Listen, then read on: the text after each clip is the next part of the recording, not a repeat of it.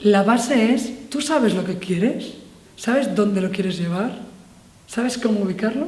Pues entonces, hacer un dossier o un presupuesto va a ser más sencillo. Me llamo Jamie Macana, soy productora cultural y soy parte del colectivo 2. Pretendía dar consejos, trucos y herramientas para hacer dosieres y para hacer presupuestos. Y aquí hay personas que están en diferentes momentos de su carrera, pero dosieres y presupuestos seguimos haciendo en todos los momentos de nuestra carrera. No hay un dossier perfecto.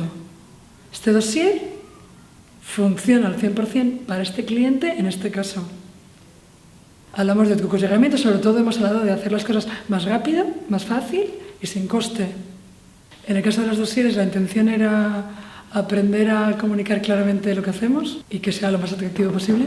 Y en el caso de los presupuestos, ver cómo cuadrar ingresos y gastos, que de cero.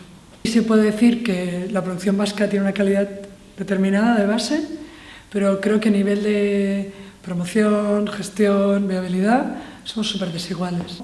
Hay gente que, pese a tener éxito artístico, se arruina, ¿no? Entonces, claro, lo que hoy pretendíamos era todo lo contrario. Era planear bien nuestra economía para que no por mucho trabajar pierdas dinero.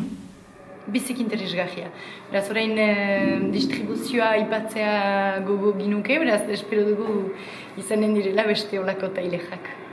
Kontzeptu berri batzuk edo barneratu ditu dela, eta hortik jonda,